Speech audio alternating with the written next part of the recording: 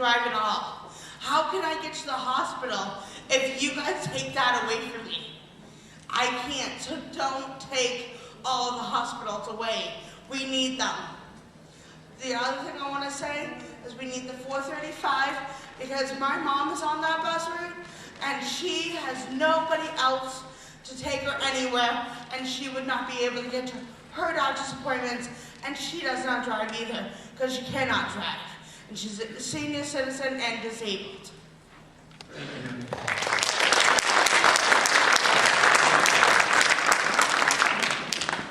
Hello, my name is Gail Bowers, frequent rider of the T.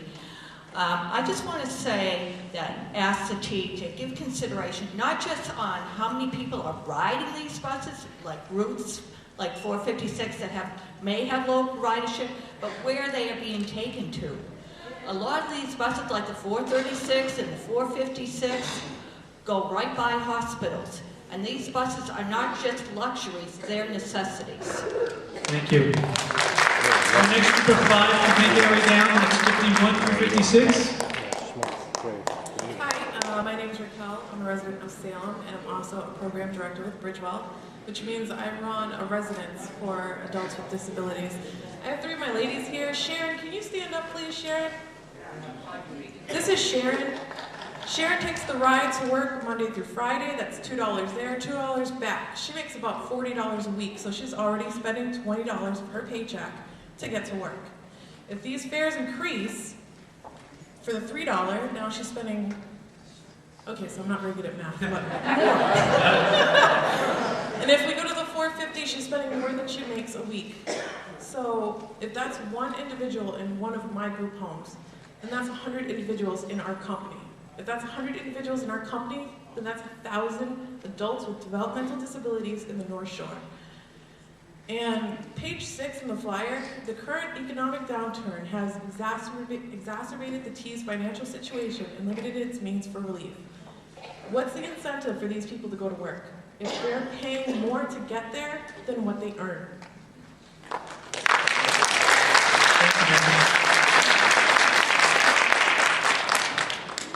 Good evening. John Lazar, a Lynn resident.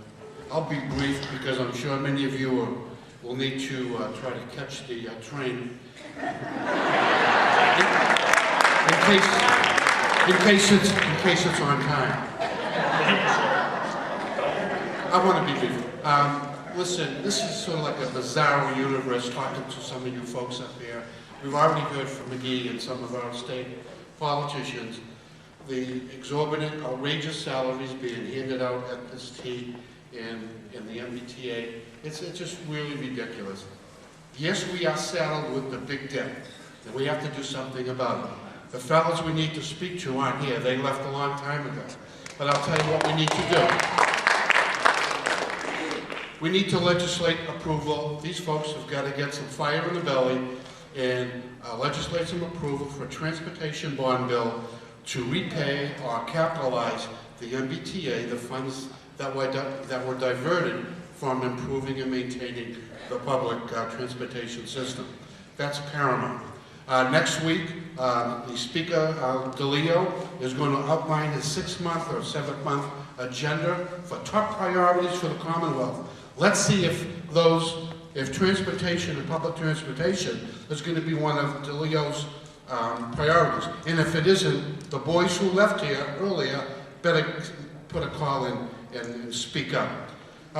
Listen, as Councilor Phelan had mentioned, yes, we're resilient here in Lynn, and we're reasonable. So in terms of rate hikes and increases, I would approve a 5% increase in all fares, contingent upon the folks at the MBTA receiving a 10% reduction across the board in salary budgets from the MBTA administration and management.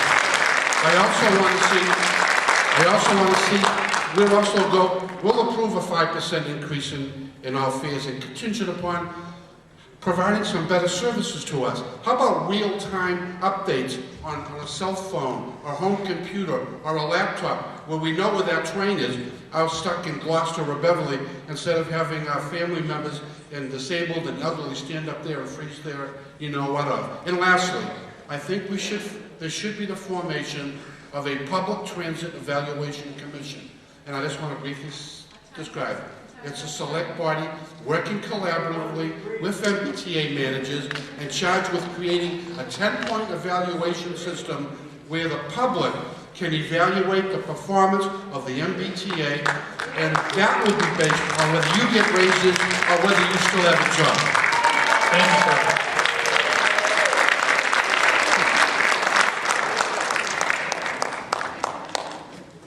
Well, good evening. My name is Kevin Marr, and I'm the president of the IUE Local 201 retirees here in Lynn.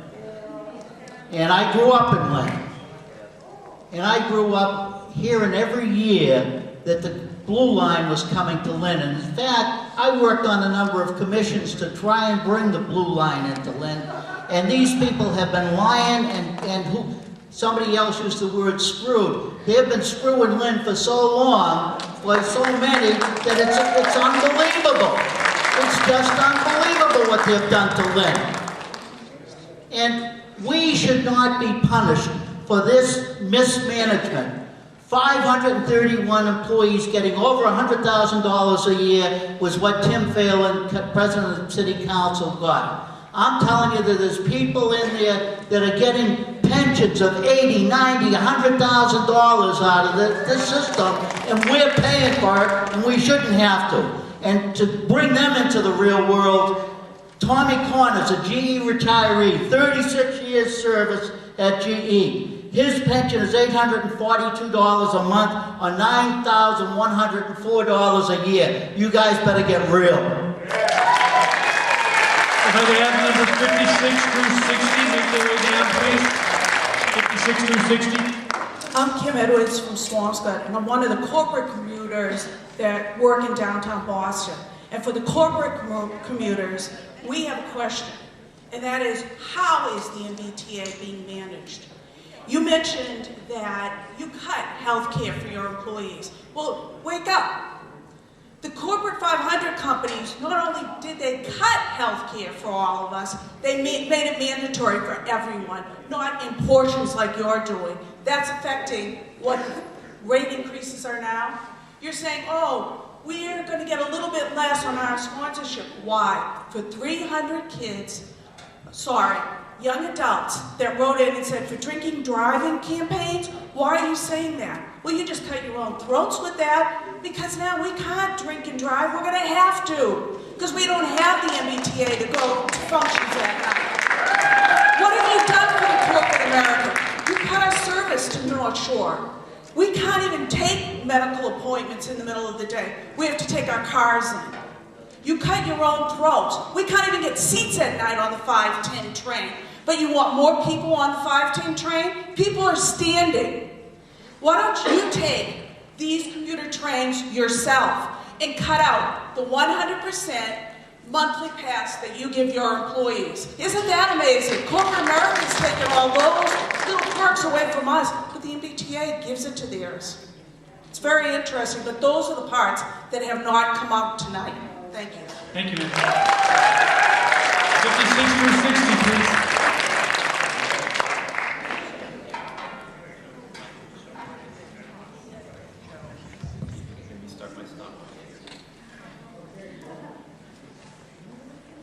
Good evening, I'm Joe McKeesey from Lynn. I am a citizen, and I want to thank Judy Flanagan for mentioning my name. She has been expert at helping us, but my complaint is, how dare you raise your fare to $12, and how dare you want us to transfer from one to another? You need to get this straightened up, and instead of picking us up an hour and a half or two. And I remember Judy used to sit with me and wait at the soup kitchen where I go. I can spend half of my Social Security check for bills and on the ride. You cutting these services are going to be foolish, and is going to make it very difficult for us, because we cannot tolerate this. We don't need to go see your cronies. You can see my cane. You know I'm blind. A lot of people that are using the ride shouldn't be. Yes, one of them is the commissioner's commissioner with the sister-in-law. That isn't right. People that have money can pay. We can't. So don't make these cuts. Thank you. Thank you, sir.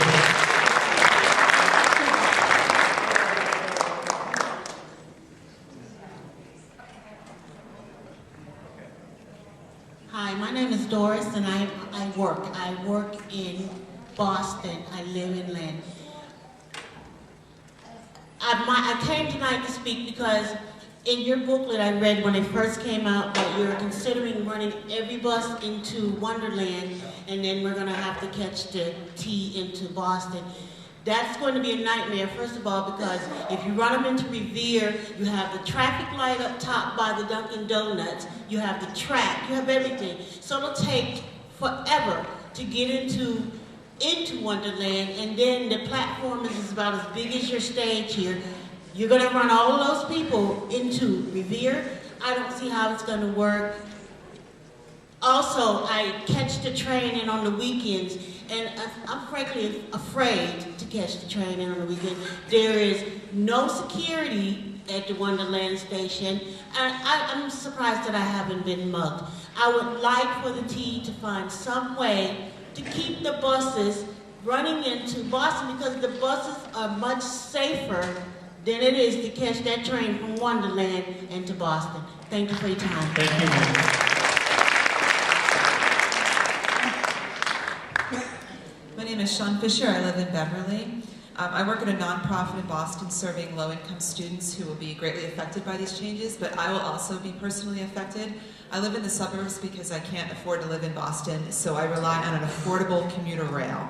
The fare increases you propose would raise the cost of my monthly pass by between $600 to $1,000 a year.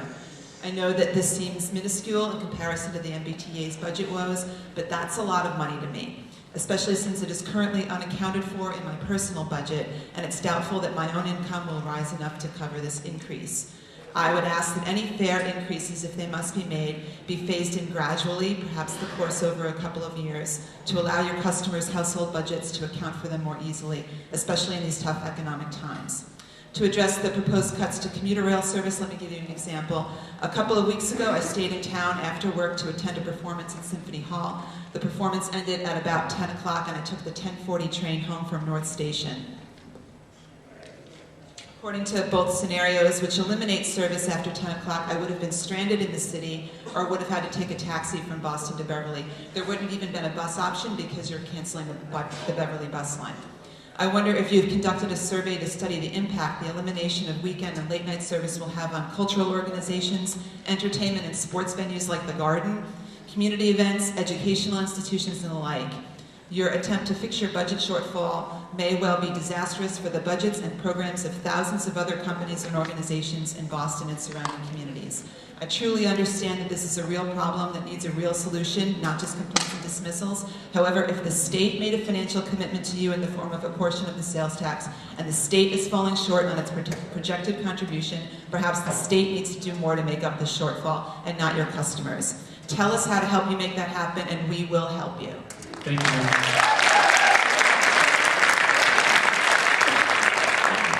Hello, my name is Adam Travis, and I live in Lynn. And I want to represent perhaps people that are not being heard from a lot here, and that is those of us that probably can afford an increase. And I think it's right for you to be looking at people like me and expecting me to pay more. I think a reasonable fare increase in my mind would be in the 25% to 35% range. And I think that that is an important step toward bringing more revenue to the T. So I'm in favor of a fare increase, but I do find that the cuts would be devastating. I travel on public transit because I choose to, for the most part, and not necessarily because I have to, but I believe that by keeping cars off the road, it makes the Commonwealth a better place. Thank you. I want to echo the statements that I do believe it is up to the legislature to provide a real solution to these problems and not to the T without help from the legislature. And because there's many other people waiting, I will send my other comments in later. So thank you very much.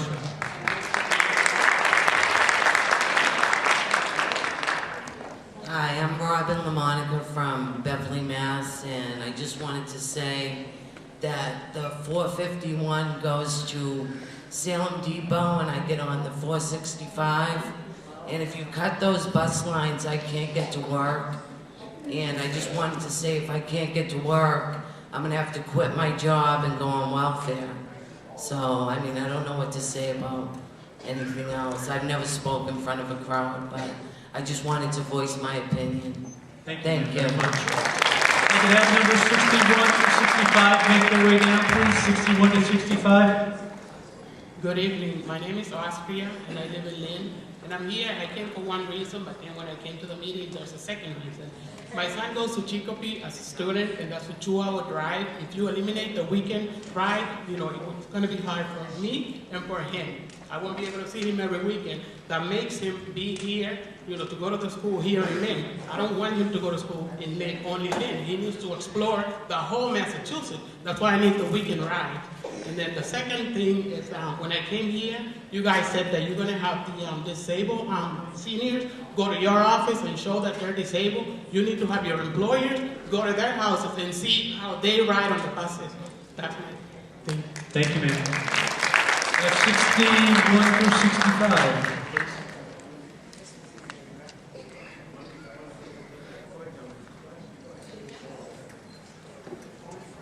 Hi, I'm Carl with a K from Malden. I live off the 426 bus, but the bus I'm really talking about is the 436. It's going to be canceled by both plans. If it gets canceled, not only will we lose our most direct route to the Liberty Tree and North Shore Malls, but also the hospital, the Union Hospital, would be cut off too, and that would not really be very good. So please reconsider this route. Thank you. Thank you very much.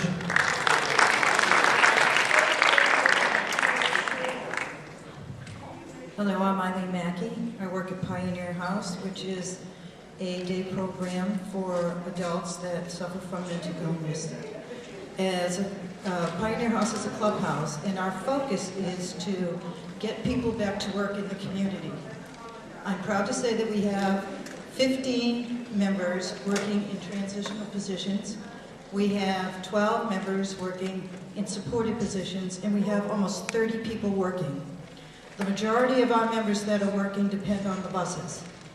We also have a daily attendance of 60 people a day, and we service people throughout the North Shore, and they also depend on the buses to get to us. Scenario 1 and 2 would do away with all the buses our members take. And not only would this be devastating, but it would just be wrong. Thank you, ma'am, very much.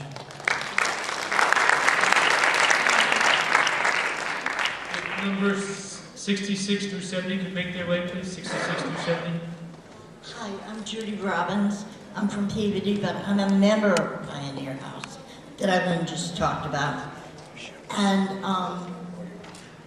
Pioneer House it's hard to explain, that it's for helping people with mental illness become the best they can be and the most independent. And we don't have the money. And we need the service. I can't say anymore. Thank you very much, ma'am. This is 66 through 70, please.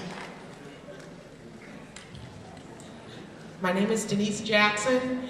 I'm originally from Boston, and I've actually been in Lynn since the early 90s. One of my biggest concerns is with the ride with people with disabilities who actually have really important jobs to get to, or at least need to make a living. And for you to go up on the ride, which they can't afford, and basically what would happen is if you did do an increase on the ride, there probably wouldn't be an increase in their salaries, so they would probably wind up being laid off. My other concern is for the elderly and people with disabilities and those who can least afford it, to have these increases on our backs. Also, for actually need to go shopping, and there are vital services and vital businesses. We have several malls around here, several supermarkets. Can you imagine if we could not go grocery shopping, if we couldn't get keep clothes on our back? We would actually be isolated. So no increase. This is unacceptable. Thank you, ma'am.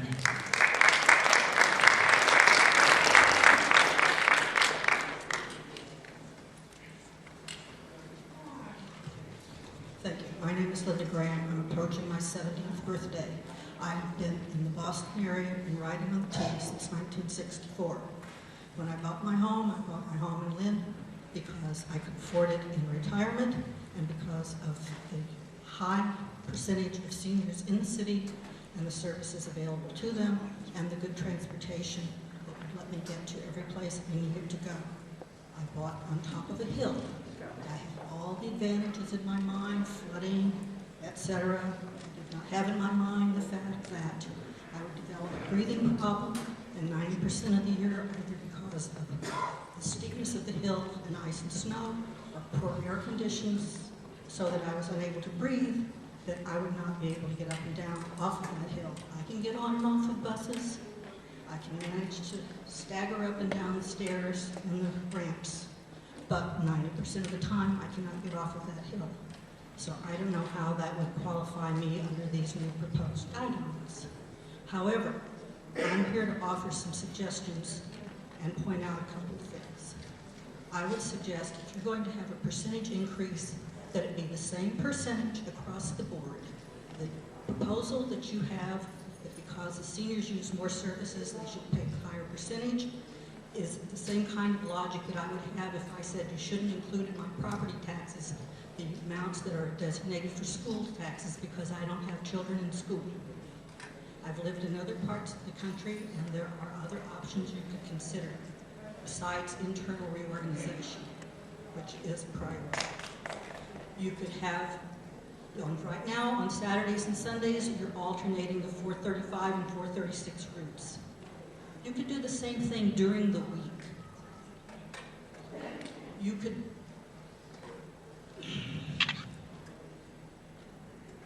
could eliminate the hours of service so that they were further apart at different times of the day and maybe only ran in the morning hours and the evening hours when more people actually use them. But to say that there is low ridership on the Marblehead buses or on these small buses, you've never seen them in rush hour and tried to get on them. And you're cutting 4 malls out of employees in low-paying jobs if you eliminate the 429, the 435, the 436, the 465. Thank you, ma'am.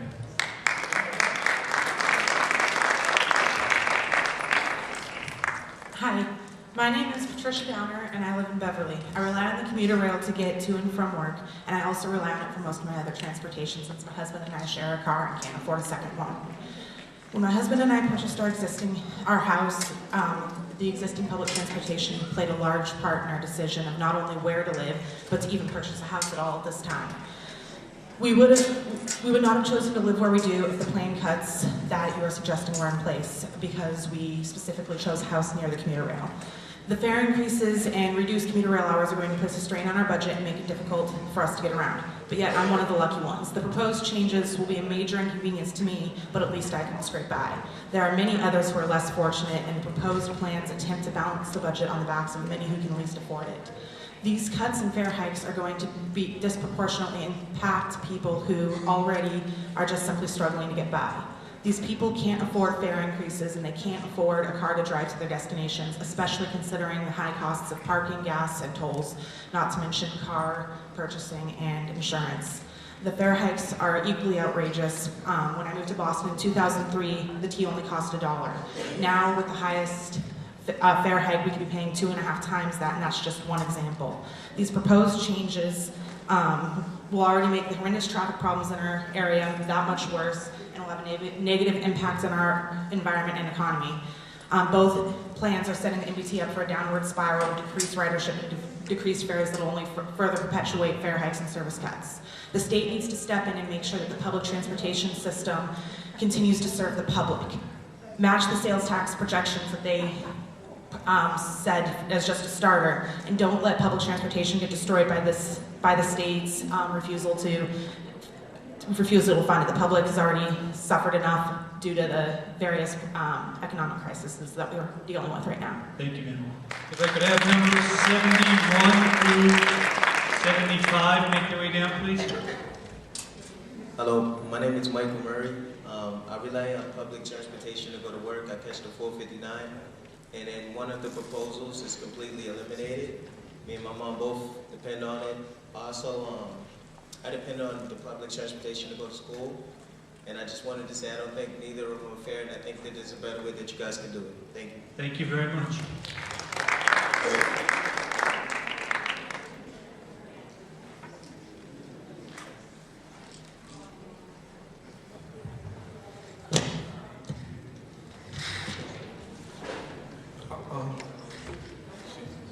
Good evening, everyone. My name is Rene Mardones. I'm here with a group called the T Riders Union. The T Riders Union is a group that has been, fighting against the fare increase and service cut for years. I want to make sure the people outside and the back of the room also hear me. We're been fighting for against the fare increase and service cuts since 2000, when the legislator implemented the forward funding. It was a piece of law that tried to make sure the T get their finance on the right way. But the thing is, it hasn't worked. And we're 2000, 2003, 2007, 2009, and now 2012 we're facing another fare increase and service cut. Something that I didn't see here. I saw proposed 1 fare increase, proposed 2 service cut, but proposed 3 is go to the legislator and ask for a comprehensive solution that is not abandoned. That because this problem, we're going to have this problem next year, the year after next year, and we need to find a solution. So I hope the Secretary of Transportation is hearing me. He's in back. But we need the governor come with some statement. We need him to say something and resolve the issue that is is affecting all of us. So I hope the governor is more vocal, because he's not going to run again. So he doesn't have anything to lose. I hope he's listening, and we need to see a comprehensive solution that resolve the problem in the long term, and no is for abandoned for this year. So remember, T Riders Union is organizing a rally February 13, Copley Square. February 14th, we're going to be doing another action at the State House. So please, I know that it's a long ride for you guys, but please join us. We need to be all together and fight against these fare increases and service cut. Thank you. Thank you.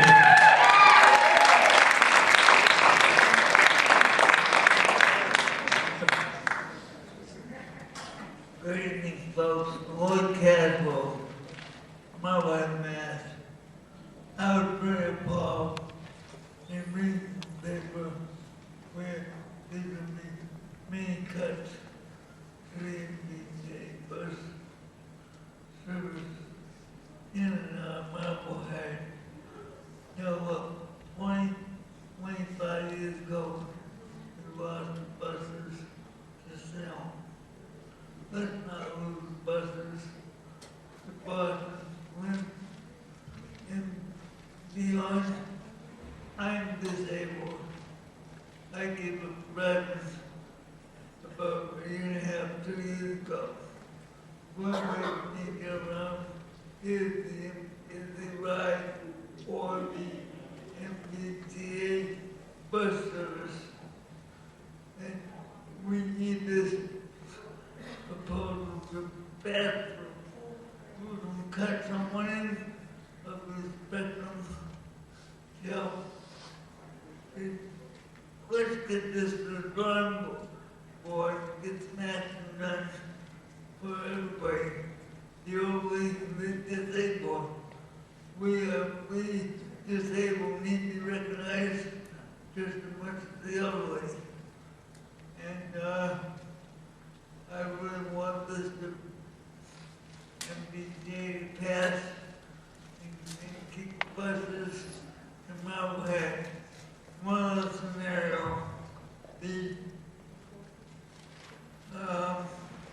I saw in the newspapers, no trains on the routes going north of Boston on the weekends.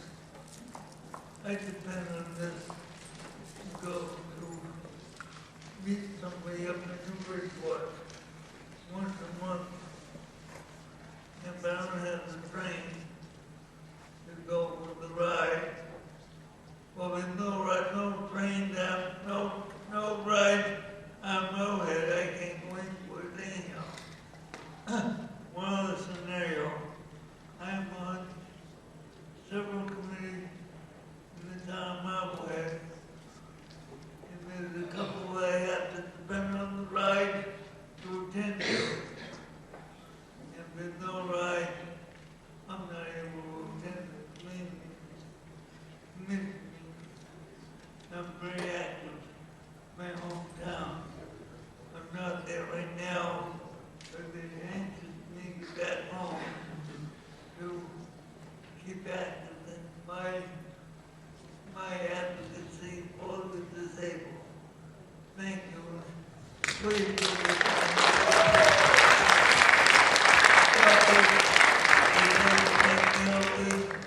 please.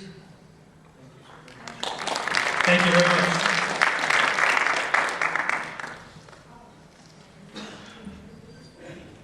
My name is Irene Axelrod. I'm from Lynn, and I've been commuting to Salem for work for the last 20 years, using either routes 455, 456, or 459, two of which are on the proposed list of cuts.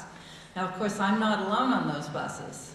In fact, many mornings and many evenings, there are no seats on any of them. So the idea that the ridership is low, in my opinion, is incorrect.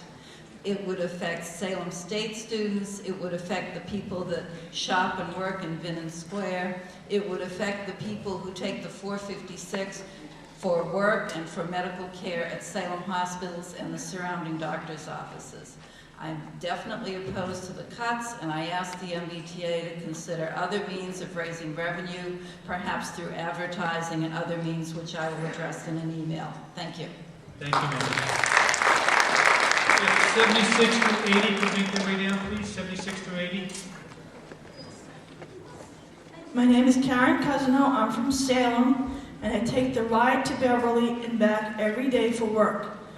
I'm on a very limited budget, and if the ride increases, I can't afford it, and then I'll be out of work. And a lot of people also would not be able to afford it. Are you going to deny them to go into the hospital? Or are you going to deny them going shopping or doctor's appointments? So I think the increases and the service cuts are a bad idea, and I think you should consider another way.